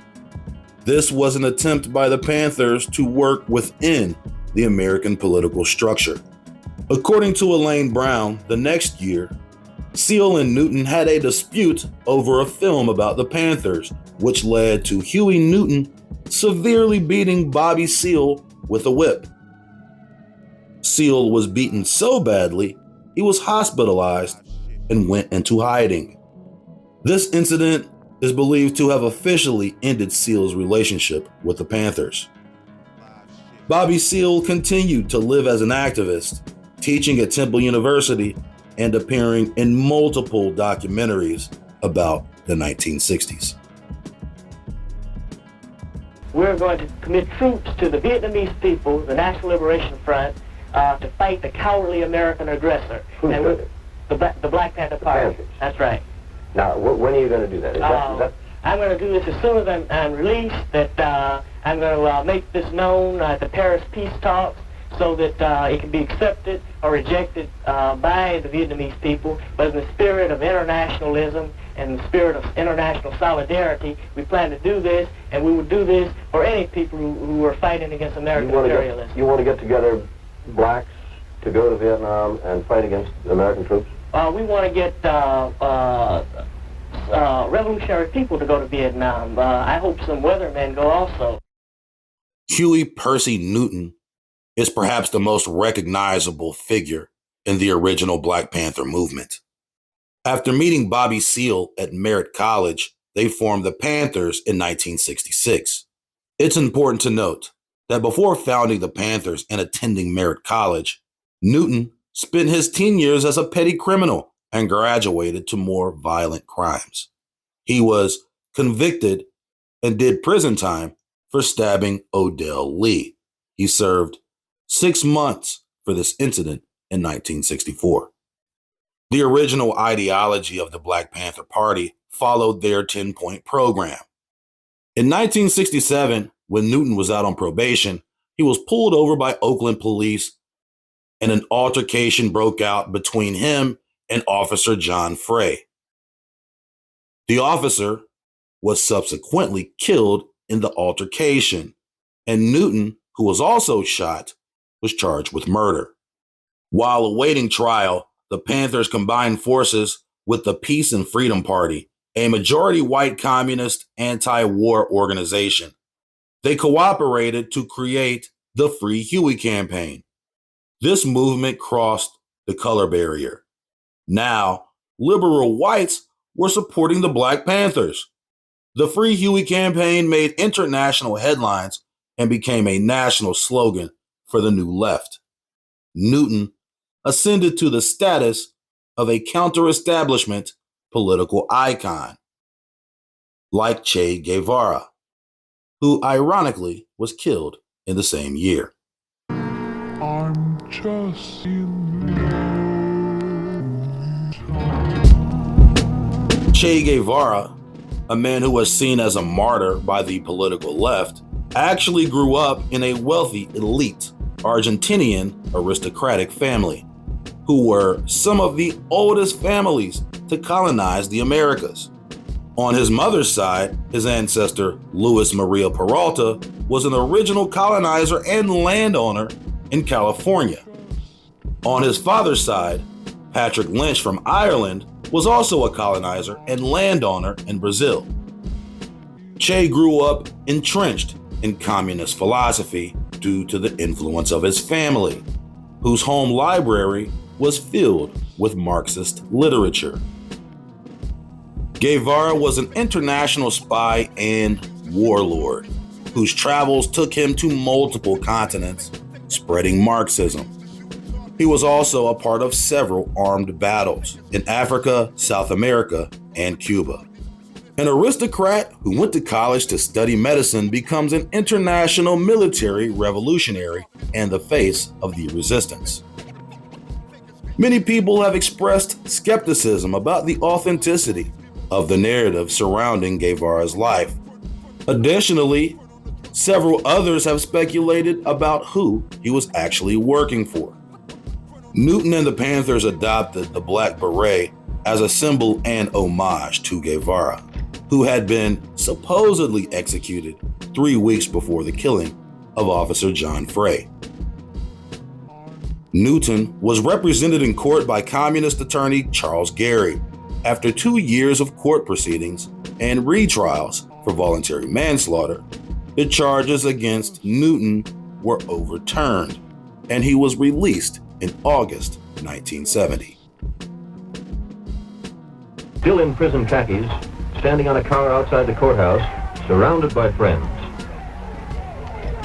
Newton's last trial and manslaughter conviction were overturned by a higher court this year, so now he'll be tried again. And in the meantime, he is out on bail. He is back on the street.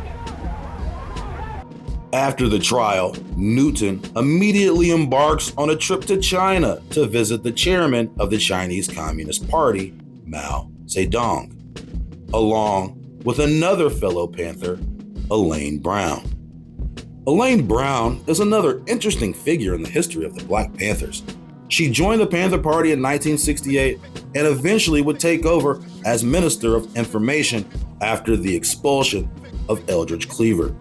However, before joining the Panthers, Brown had a relationship with J. Richard Kennedy, a music executive, FBI agent, and alleged CIA spy. After her relationship with Kennedy, she began working as a writer for Harambee, a newspaper created by Ron Karanga for the US organization. The US organization was a black nationalist group that was most likely a front organization for either the FBI, CIA, or the police to infiltrate the black nationalist movement. Elaine Brown had a history of having several relationships with different members of black nationalist organizations and different members within the Black Panther Party, like Huey Newton, Raymond Hewitt, and members of other Panther chapters in the country. She was truly embracing her role as a community activist by staying active in the community. According to Geronimo Pratt, she played the key role during an altercation between the US organization and the Panthers that led to the murders of Bunchy Carter and John Huggins on the campus of UCLA. Apparently, the situation involved her current and former lovers.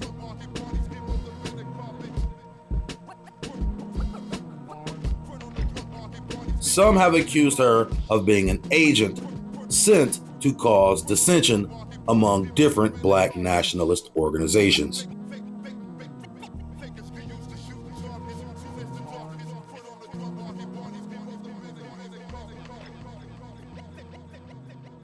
Quote from Geronimo Pratt: "My first remembrance of Elaine Brown was while I was conducting security for Eldridge Cleaver in October 1968. After Eldridge gave a rousing speech at Pauley Pavilion, UCLA. This girl came to the security gate crying and begging to meet Eldridge. She was escorted to Bunchy Carter, whom I was standing with, and he began to question her. She said that she was Elaine Brown and was in awe of Eldridge and wanted to meet him. Bunchy arranged a meeting after consulting with Eldridge. During that period, I was assisting Bunchy with developing security forces and techniques and made note of this breach of protocol. Eldridge later explained that she only wanted him to fuck her, and he saw it as his opportunity to implement his Dick Power program. The next time I remember seeing Elaine was a couple months later because it had been reported to me that she was John Huggins' new lover while his wife Erica was pregnant. At that time, Elaine was dubbed as another girl who wanted to have sex with men in leadership positions, which placed her in a higher suspicion in my security files. Bunchy and I were sharing an apartment, and I remember that night we discussed John Huggins' relationship with Elaine and how displeased Bunchy was with John's sexual activities with this girl because Bunchy felt very close to Erica and did not want her to find this out. So she tried to sneak in, tried to fuck Eldridge, probably fucked Eldridge. Then she started fucking with John Huggins while he was married, and Bunchy wasn't feeling that. Continuing, I had no idea, but a few weeks after this on the campus of UCLA, at a carefully prearranged meeting between the US group and the Panthers, Elaine Brown would incite a ruckus by slapping one of the US members whom she also had sexual relations with, and then ran to John Huggins screaming that she had been assaulted by an US member. John Huggins immediately pulled out a .357 Magnum from his waist and shot at the US member, who returned fire, resulting in Huggins and Bunchy's death. During the police investigation, Elaine Brown lied and wrongfully attested that the Steiner brothers had murdered Bunchy and John out of provocation. She then continued this lie all the way to the witness stand in LA Superior Court, resulting in the wrongful conviction of first-degree murder of George and Larry Steiner, who are being prosecuted till this day. Her testimony is a matter of public record. The pandemonium and turmoil that ensued the death of our most revered leader, Bunchy, made it nearly impossible to get hold of the raging fratricidal situation. But as soon as the smoke began to clear, the pieces began to fall into place, clearly implicating Elaine Brown as the instigator of the entire deadly drama. This information was known to me prior to my agreement to continue Bunchy's program in the capacity of Deputy Minister of Defense of the Liberation Forces there in Southern California. So it is impossible for Elaine to have joined any formation of which I was in charge, as I was very meticulous, selective in new membership. Further, I am sure that we never permitted anyone who testified for the pig so-called justice system, as they are known as snitches or rats. My security reports were sent to various leaders in the movement, but was continually watered down by those leaders who had become victim to Elaine's sexual manipulations. Each time I received reports of Elaine Brown popping up in Oakland, Chicago, Connecticut, etc., I'd act quickly to banish her. And I then render whatever form of discipline necessary to those who'd hosted her. Our main obstacle in handling this at this time was the sad alienation of Eldridge Cleaver, who had by then fled and was our international ambassador, and was adamant in giving Elaine another chance. And Eldridge was adamant in giving Elaine another chance.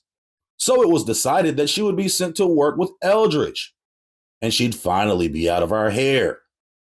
Eldridge told me years later that that was the biggest mistake he'd made while there, because soon as she got to Algeria, unity began to crumble. And before he could rectify the situation, Elaine was gone. It was now 1970, and Huey had just been released. Elaine somehow ended right up in Huey's bed. And as Huey told me in 1988, she kept cocaine and sexy women on him every night. Huey also admitted that it was Elaine who'd inflamed his hatred against Eldridge, resulting in the infamous phone call that marked a clear split in the top leadership. End quote, Geronimo Pratt. Elaine kept the cane. Cocaine Elaine Brown kept that cane on deck, had the cane and the bitches. Had Huey's nose wide open. Literally. Some people have a distorted view of me, and it gives me very much trouble. It adds to the sort of timid personality that I already have. It makes me uncomfortable because I know that I can't give them all of those things that their idol is supposed to. And I don't want to appear to them as fake, but I would just like to tell them that, I'm just another regular human being. This can't be the same build. This ain't the post-penitentiary build. This nigga came out the slammer swole. Talking that nigga, we about to go to damn Vietnam with some niggas. We about to go fight against our own troops with y'all. He was talking that brolic shit. Now this nigga is just a regular human like you and me. Niggas legs all crossed and shit. Once this nigga parted his afro, it was a wrap. And the party basically went from a people's organization to Huey's private army. That's basically what happened. It was agreed that I would run for mayor of Oakland, and then Huey insisted that Elaine Brown had to run for city councilwoman at large. We lose the goddamn campaign. And then I found out late May 1974, that Huey was trying to take over the drug trade in Oakland, California. So I said, Huey, the party is over. But if I could get a virtuous woman,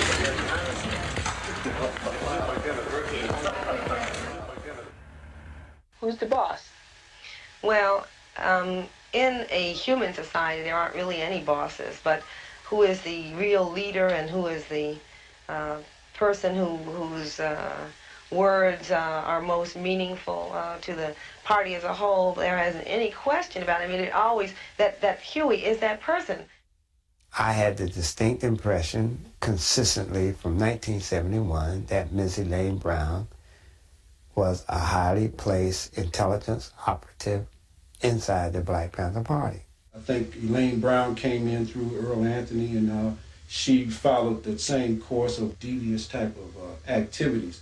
So I'm saying all this to say that they got involved with people and caused a lot of problems, but we was aware of it. We just wasn't aware of the extent that the LAPD, the federal government with its COINTEL, the CIA, FBI, we wasn't aware of to the extent that these people were involved. She acknowledges in her own words in her book, Taste of Power, that in fact she had been educated, groomed, taught at the hands of a longtime Central Intelligence Agency operative, J. Richard Kennedy, who anyone can find out about in David Garrow's book, The FBI and Dr. Martin Luther King.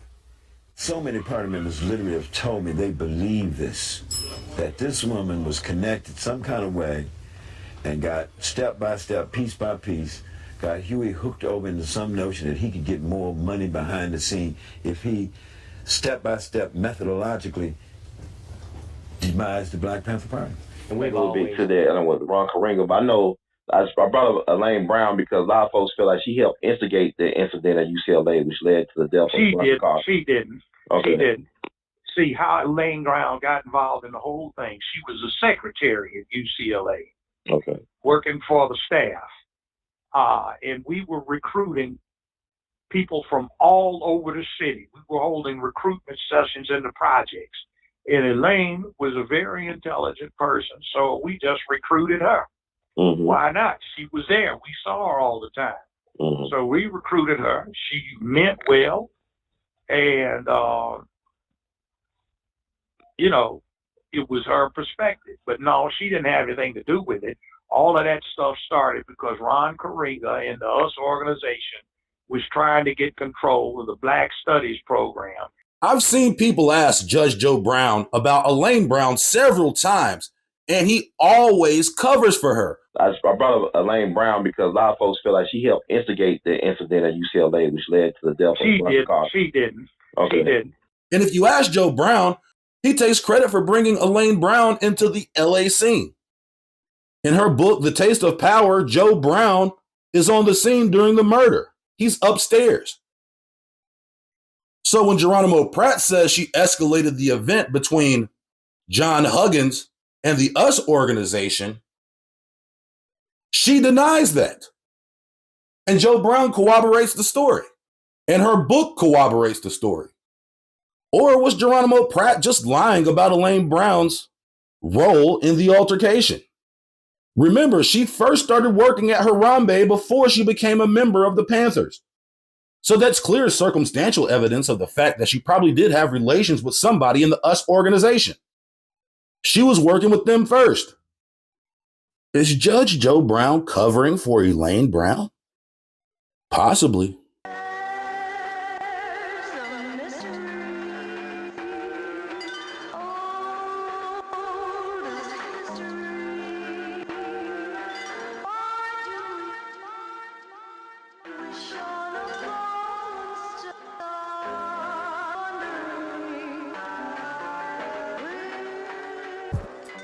During the Church Committee in 1975, evidence was exposed that the FBI had employed agents to deliberately cause dissension in the Black Panther Party and the US organization.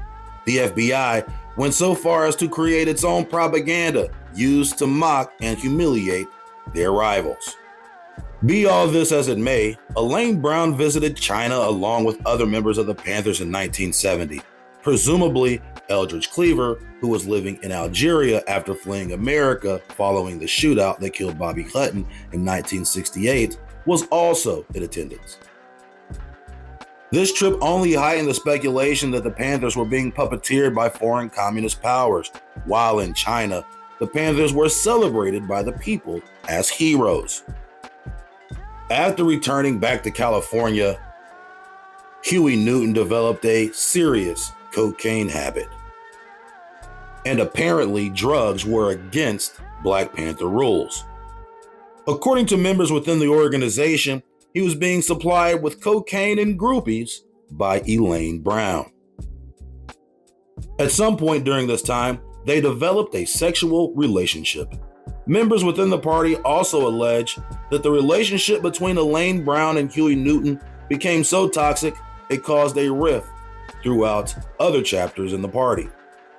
During the same time, Brown is also alleged to have had several sexual relationships with different leaders from different chapters around the country. During the major rift in the party between Newton and Cleaver in 1971, Elaine Brown is said to have played the key role in the dissension by pitting the two leaders against one another and setting up the fateful phone call that led to the public fallout. As the party burned to the ground from the inside, Newton spiraled into drug addiction and degeneracy. He was accused of several violent crimes, including the murder of a 17-year-old child prostitute, the pistol whipping of a tailor, and conspiracy to murder a witness. Newton posted an enormous $80,000 bond and fled to Cuba, where he awaited trial. While Newton was in Cuban exile, Elaine Brown takes over as chair of the Black Panther Party. From this point, the membership dwindled and the party dismantled. According to Brown, this was the turning point when she left the party because she could no longer tolerate the sexism and patriarchy of the Panthers. After leaving the organization, Elaine would go on to become a lawyer and marry a French millionaire, living in France while writing her book, A Taste of Power, about her terrible experiences with sexism and misogyny while being a strong feminist leader of the violent Black Panthers. Huey Newton was murdered in August 1989 after an apparent drug deal gone bad. Some people have a distorted view of me, and it gives me very much trouble. It adds to the sort of timid personality that I already have. It makes me uncomfortable because I know that I can't give them all of those things that their idol is supposed to. John Stockwell, former station chief of the CIA in Angola, he said, well, I want to say this to you very clear. The Huey P. Newton that people see today is a direct result of operations run by the Central Intelligence Agency to ensure that he would turn out the way that he is.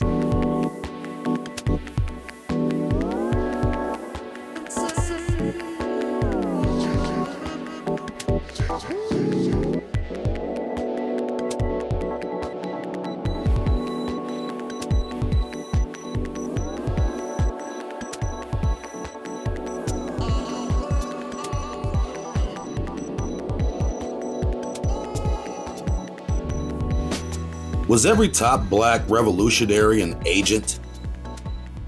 Is it even possible to ascend to a large international audience without being one?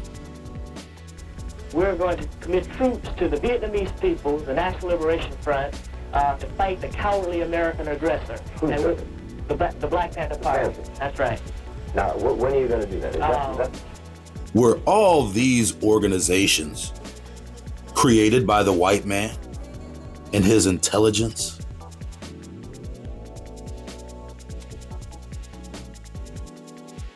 Are Black politicians responsible for representing all Black people? Or are they merely tools for the establishment? Was the civil rights movement organic or GMO?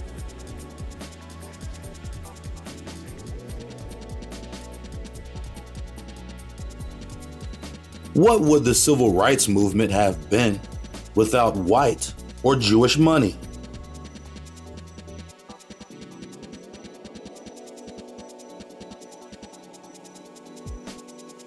If the same people who finance the politicians fund the revolutionaries, who owns the revolution? Who controls the agenda?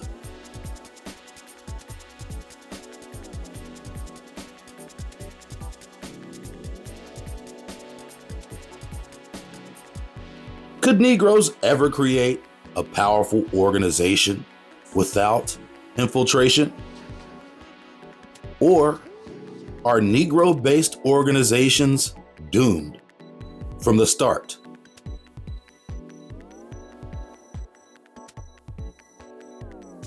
Why were so many black revolutionaries in America non-American? They didn't know a damn thing about this country. The red man showed them how to adapt to this country. He showed them how to grow corn. He showed them how to hunt. And when the Indians finished showing it, he wiped them out. He wiped them out. Why did half the revolutionaries change their names to pseudo-African titles? Why were nearly all the revolutionaries Pan-Africans?